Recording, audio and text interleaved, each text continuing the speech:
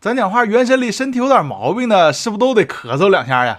大家好，我是舒哥。前两天做这个新版本活动，里头不是有仨修过山车的 NPC 吗？其中有一个身体不好，说2句话就咳嗽。这时候我就突然想到啊，原神里很多角色要表现的身体不好，基本都得靠咳嗽2下。就那个成员剧院里的志琼是吧？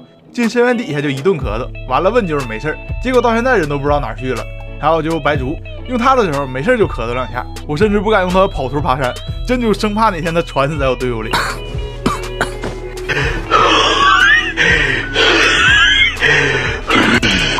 然后还有哲平，也得给你咳嗽2下。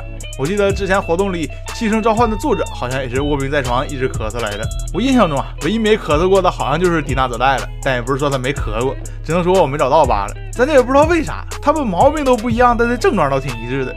这道理我都懂啊，咳嗽确实是最简单粗暴的表明这角色有毛病的方式，但是吧，就总感觉看多了有点同质化，缺胳膊少腿的这种不能做，可以给角色身上冒点黑气儿，让这小脸煞白、嘴唇发紫这种的嘛。总之啊，这个视频就是单纯的吐槽一下，大家也可以留意一下，原神之后要再出有毛病的 NPC， 是不是还像我说的似的一顿咳嗽啊？